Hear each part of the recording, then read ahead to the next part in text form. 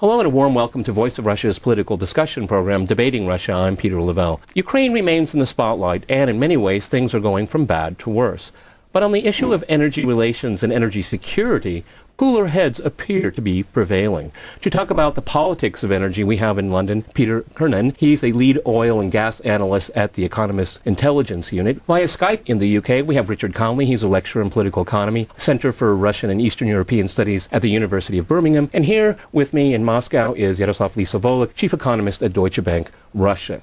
Peter, if I can go to you first in London, of course there's the battle of words that continue over this crisis in Ukraine, but the two countries are working together in trying to resolve its energy relationship. We had the government in Kiev pay Gazprom $786 million in outstanding charges. Now, that's not all of the $3.5 billion that Gazprom wants, but $786 million is quite a bit of money.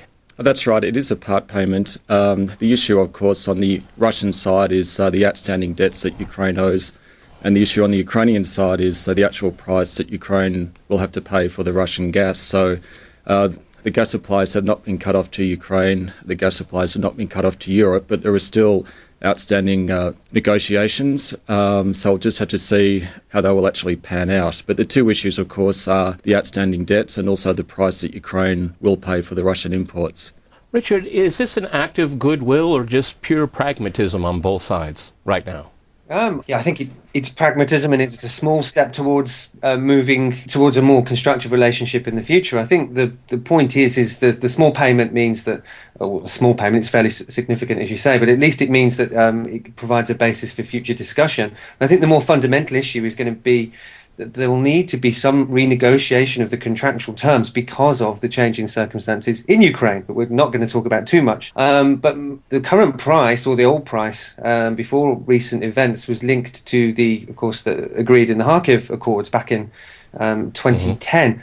And a lot's changed since then. So this payment now just gives them a starting point to renegotiate a broader contract that will need to be done for the future. Yaroslav, how much do you think the European Union is behind this? Because we know that Ukraine is in massive transition, and that's an understatement on my part.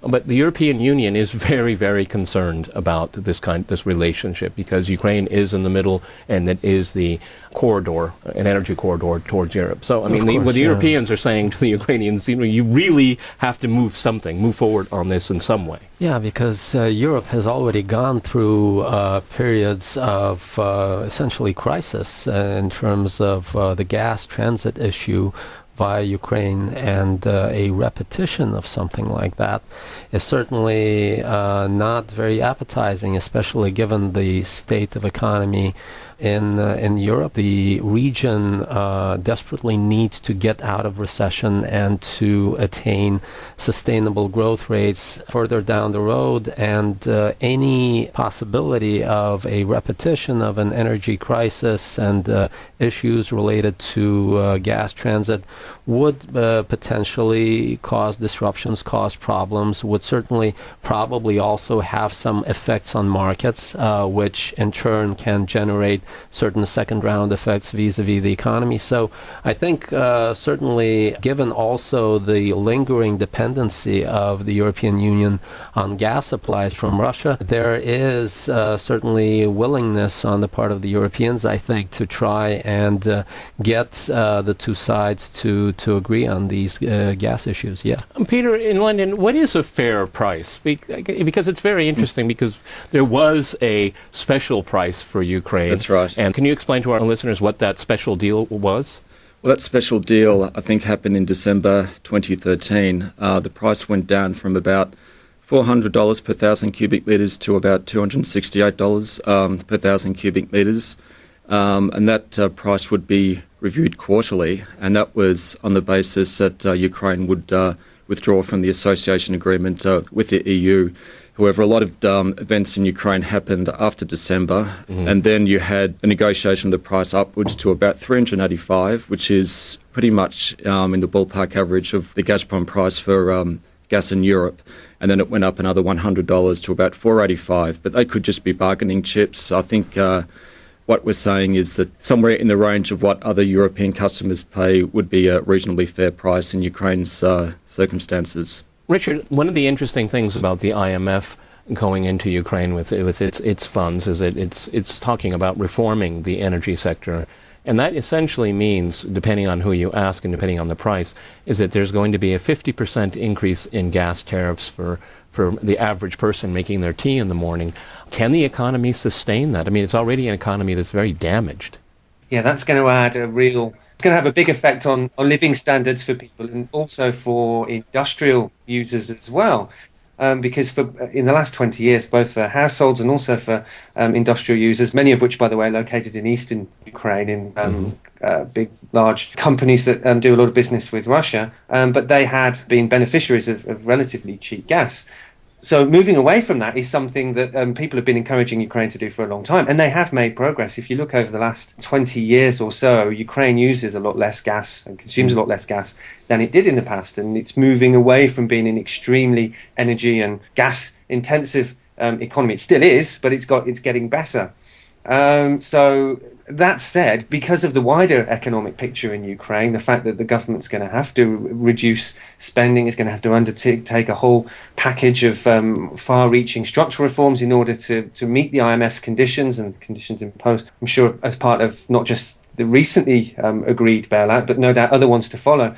All of that taken together means that the burden that will be borne by the Ukrainian households and as well as by industry will be pretty bad to begin with, and it'll be made worse by paying more for gas. That said, in the long run, by becoming less energy intensive, it means that they won't be quite so dependent on Russian imports. They still will remain dependent on Russian imports, but not to the same degree in the future. And Yaroslav, I think there'll be more hesitation in stealing gas when they need it, because they have in the past. Well, I mean, again, we come back to history, and I think every effort here is going to be made to avoid some of the worst episodes that we've seen throughout the past years. But I completely agree with some of the previous comments that the current juncture, and eventually we will, focus again on the economic issue. It will boil down to economics in Ukraine, and what you have in Ukraine is a very dire situation whereby it is the fiscal side of things that is in a very difficult state,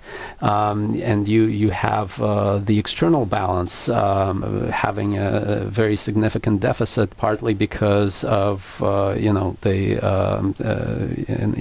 underperformance on the macro front. So and of course exports are going to be hit to a significant degree because of what has been going on throughout the recent period. So if anything, in the near term, you may expect some worsening, certainly on the external side of things for Ukraine. So accordingly, I think it's becoming more and more important for both sides to agree on these issues, because also on the growth front, we are forecasting a 5% reduction, given how things have been going so far, and given the targeted fiscal consolidation, you may have even a worse performance in terms of the economy. So I think overall that raises the urgency of arriving at some kind of an agreement whereby certain benefits may be granted to Ukraine, but obviously that's something that is up for negotiation. You're listening to Voice of Russia's political discussion program, Debating Russia. I'm Peter Lavelle. If I can go back to you, Peter, in London, I remember the last two gas wars, as people like to call them, in this century. And the term Western media likes to use, some politicians, that Russia uses energy as a political weapon. But it's really quite interesting considering the intense differences to the point of the specter of a new Cold War. All three parties, Russia, the Ukrainians, and the Europeans, are still talking. And it doesn't mean everything's going to be rosy, because there's, I think, Gazprom was given, till June 9th to come up with some kind of deal or interim deal. But it's really quite interesting considering all of the turmoil going on. At least on this issue, they're sitting down and they're talking like civilized people. Yeah, there is a mutual interdependence between Russia and the EU, especially when it comes to gas supply. Of course, Europe depends on Russia for about 30% of its gas consumption, but also the European market's very important to Russia as well. It's about maybe 55% of Gazprom's exports go to EU countries, that's excluding Turkey. So there is an interdependence and a realisation that even though differences arise fairly frequently, any ban on exports from Russia's part or any ban on imports from Europe's part would just be mutually very negative for both sides. And I think that perspective has largely been taken into account so far anyway. Richard, do you think that that's what the calculus is from the Russian side and the European side, is that they both have to keep Ukraine honest, at least in this sector here, because everyone is so interdependent?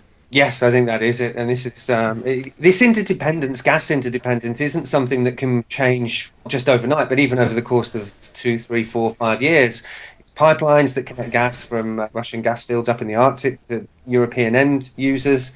And you can't just sort of change things. People have talked about the possibility of expanding LNG supplies into Europe to, in some way, reduce dependence. But even that is, again, something that's extremely expensive, requires building lots of regasification terminals and such like, and signing new contracts with new producers, because a lot of existing contracts are directed towards Asia. All of this means that we in Europe, and particularly Central and Eastern Europe, so Germany, Austria, Czech Republic, Hungary and countries like that, will be reliant on Russian gas for some time to come.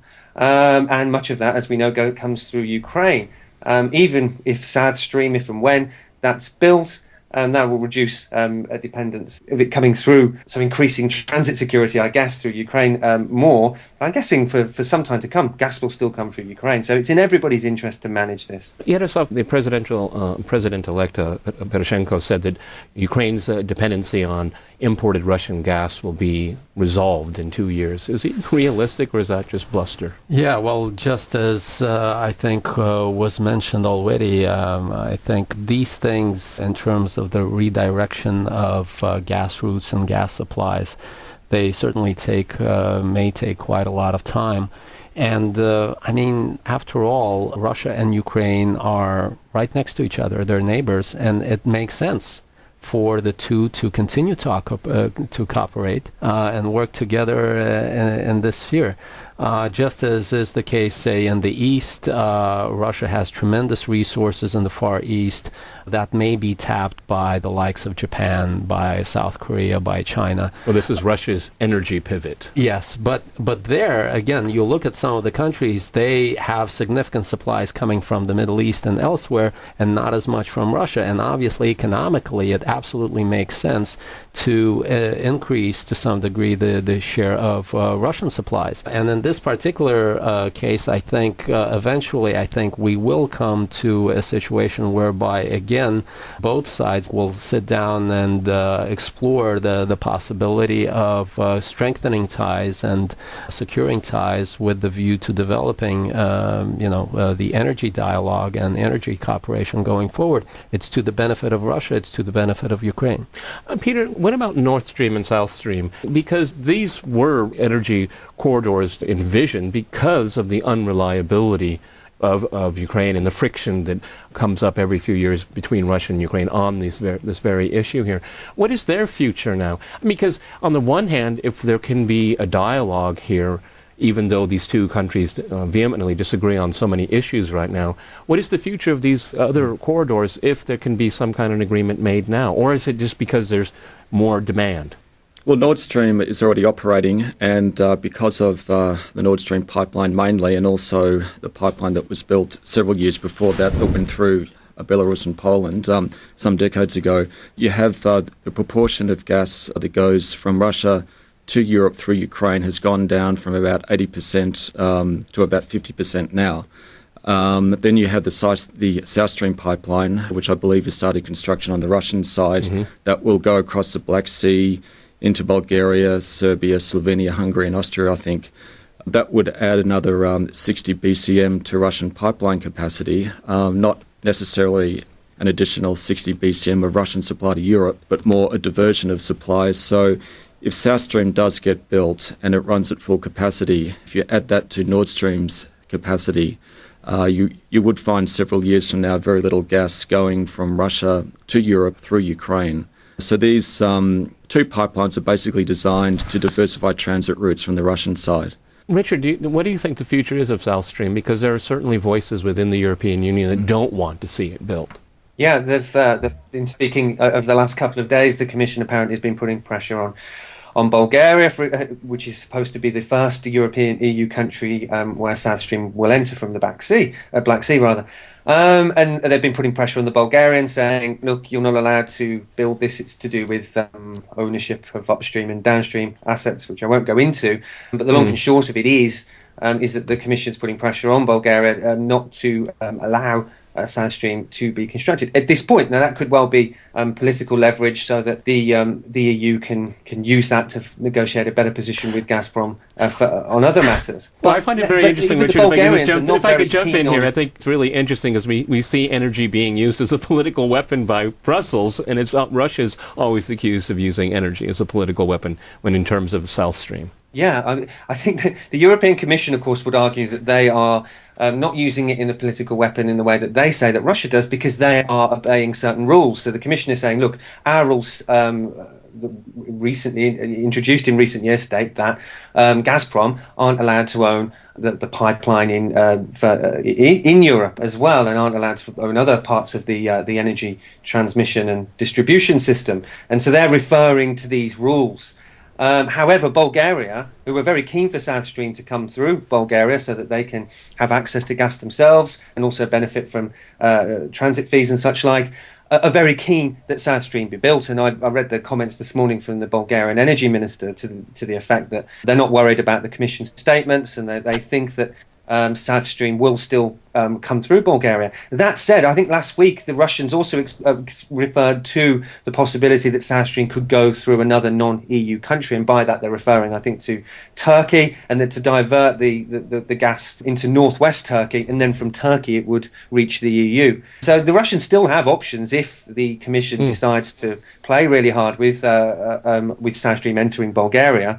But as I said, the Bulgarians don't seem terribly worried at this stage. So I think South Stream, despite all the political wranglings, still looks more likely than not to go ahead. You know, Yaroslav, every energy company wants to have as much control from the ground all the way to the consumer, and I'm looking at all the chain all the way to the consumer. And this is something that Russia feels, or Russia's Gazprom feels, it's really been discriminated against, because that's where it's. I don't know how much it takes to get out of the ground, but by the time you sell 1,000 cubic meters of gas, it's a nice, valuable product at the end user. That's where companies like Gazprom want to be part of that chain, but they're constantly thwarted by Brussels in this case. And Russia is indeed trying to use the instruments at its disposal in order to challenge that approach coming from Europe.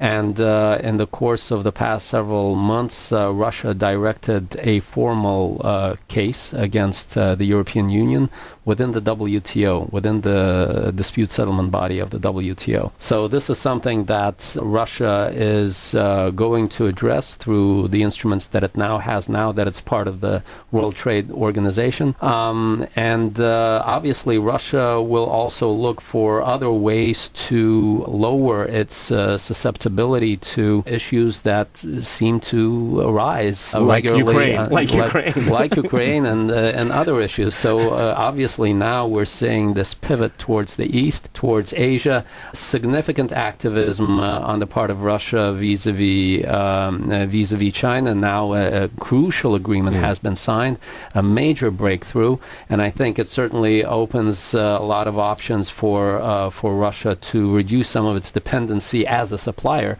on Europe. Peter, President Putin was in St. Petersburg, I guess it was now 2 weeks ago, at his annual International Economic Forum. I was there, and when the CNN reporter was obviously baiting Putin to say, what are you going to do next in Ukraine, or what are you thinking about Ukraine? It was really interesting. One of the first things Putin said, and he said it in Russian, "Gdzie denьги, where's the money? Where's the money?" And this is a perception, I think, that a lot of people in Western media don't understand, is that this is a business relationship. Gazprom does have shareholders, individual shareholders. Of course, there's government involvement there.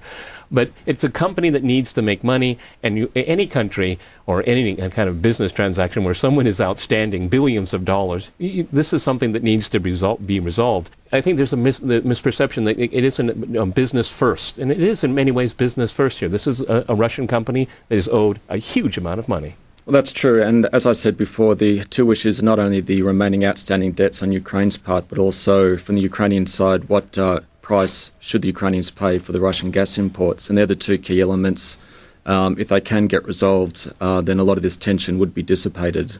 Listening to Voice of Russia's political discussion program, Debating Russia, I'm Peter Lavelle. Richard, what would be the implications if Gazprom went to prepayment, demanding that Ukraine go into a prepayment scenario? Would that change anything, or is it dangerous, or do you think the Ukrainians would just absolutely say no? I guess it depends, going back to the previous comments, on the price. I mean, if it's prepayment at a price that's agreeable to Ukraine, then the issue becomes one of accessing the finance. I guess if they have access to IMF funds further down the line, then they might have the money for that. I mean, this whole energy issue has to be put in the context of Ukraine's wider economic crisis that's, let's be honest, been going on for some years now. So if they are to move to prepayment, they'll need it to be on terms agreeable to Ukraine, and then Ukraine's going to need to be able to pay for that, and that brings up access to the finance to do that. So I don't think the Russians will be able to just say, look, you have to pay up front now, and you have to pay $400 plus dollars per thousand cubic meters or anything like that. I think this will have to be something that will be mutually acceptable. Richard, it's interesting, the IMF role here, because maybe it's happened, but I'm not aware of it. I mean, this would be very interesting that if it were tied to outside financing, I mean, this kind of creates a slippery slope here where, the Ukrainians know that they'll have a fallback where someone else will be able to help bail them out. But this is not really reforming the energy economy of Ukraine. No, it's not. And that's why the IMF, when their officials will no doubt be walking around Kiev telling them that they need to enact all of these structural reforms to make the Ukrainian economy less energy intensive. And that'll be a big issue for them. But I do think it's a very interesting case where, in effect, people know in advance that a lot of the money that's going to be requested for the IMF will have to be used to pay off Russia straight away. Now, in a sense, that's not unusual for the IMF. Very often the IMF lends money to developing countries who in turn pay off their creditors in the West. But in this instance, it's going to be money that's going to be diverted straight to Russia amidst all of this political turmoil. So I think that's an interesting angle that we haven't it's something that's been picked up here quite a bit, and it's turned into a kind of a butt of a joke all of the time. Yaroslav, I mean, but this is one of the interesting things, is that, because of the economic crisis it's really not an economic crisis. It's a politics of ruinization. The economy has been ruined by these oligarchs and mismanagement here. Ukraine is actually a quite rich country if it were run in a proper way. Yeah, and I think the experience of some of the Central and Eastern European countries shows that there are success stories even without very significant natural resources. And in the case of Ukraine, I think certainly, this was a country after the fall of the Soviet Union was essentially one of the richest countries of the USSR. And clearly, this is one of the worst performing countries in the former Soviet Union in terms of, including in terms of where the economy now stands in the league table of the CIS compared to where it was during the Soviet period. So clearly, I think a lot of the emphasis now in terms of economic adjustment needs to be done on the quality of economic policy, on improving the policy framework, on introducing certain rules. I think we haven't heard so far about credible and durable rules along the lines of, for example, what Russia has in terms of the fiscal rules that it has and had for quite some time now. So fiscal discipline in terms of how the macroeconomic policy is conducted. The currency crisis that's been experienced by Ukraine is another issue that needs to be resolved. So it's a multifaceted problem that really calls for a major concentration, major focus on economics, and the sooner we get to economics, the better, obviously.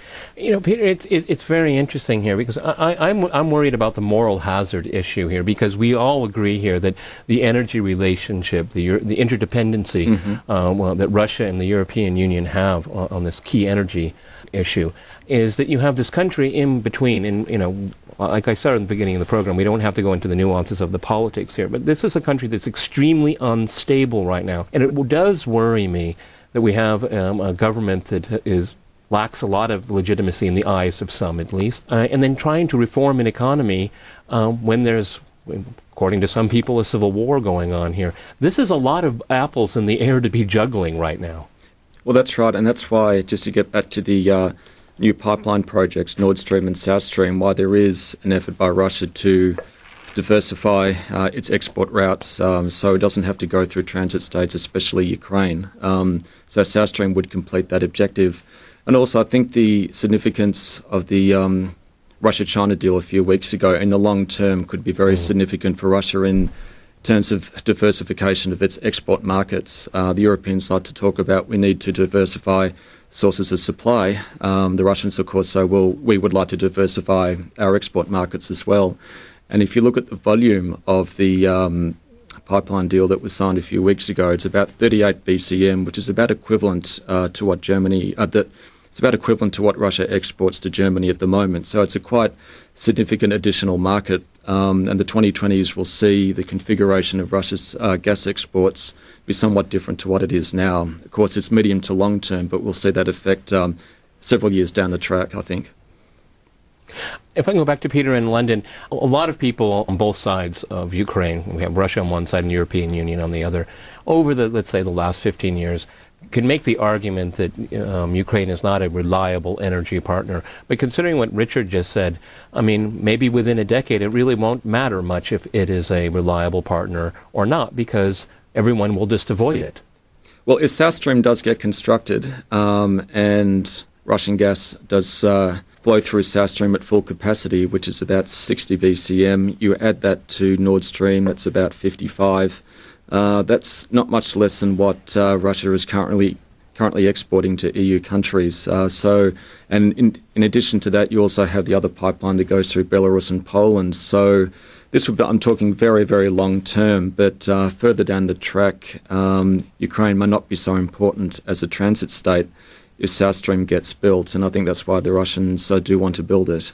You know, Yaroslav, I mean, this is one of the interesting that happens to Ukraine because it sees itself, irrespective of the government in power, it sees itself as a very important player in this energy market. Exactly. But because of past mistakes and the politicalization of energy, again, irrespective of the regime in Kiev, I mean, Ukraine ultimately will lose out completely if these plans come to fruition. Indeed, I still remember all of these discussions right after the fall of the Soviet Union, that Ukraine is indeed uniquely situated between Russia and Europe, and that this is exactly the resource to exploit for Ukraine further down the road. And indeed, as the speakers today have rightly pointed out, that resource has been progressively undermined by all of these problems that we witnessed.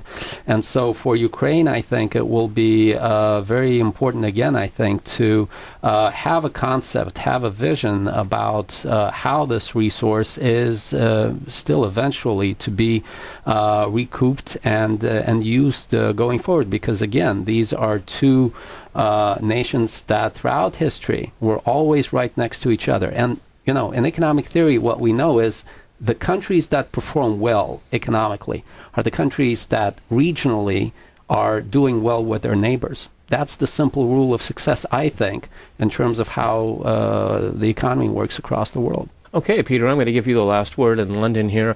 Read your crystal ball for me. Are we going to have another gas war? I think that's probably not on the cards. I think the two issues are, will there ever be a cut-off of Russian gas supply to Europe or a European ban on Russian gas imports? I think that's extremely unlikely. There is a lingering chance that Europe could suffer the collateral damage of a cut-off of supply resulting from this ongoing dispute between Russia and Ukraine. But provided that the two issues of remaining outstanding debts and a reasonable price are sorted out, then it may not be a problem. So we'll just have to wait and see, I guess. But as long as those two issues are sorted out, the security of supply issue or problem could be avoided, I think, in the longer term. Well, let's all hope this will not become collateral damage to other issues. I want to thank my guests, Peter, Richard, and Yaroslav, here with me in Moscow. You've been listening to Voice of Russia's political discussion program, Debating Russia. I'm Peter Lavelle. Stay with Voice of Russia.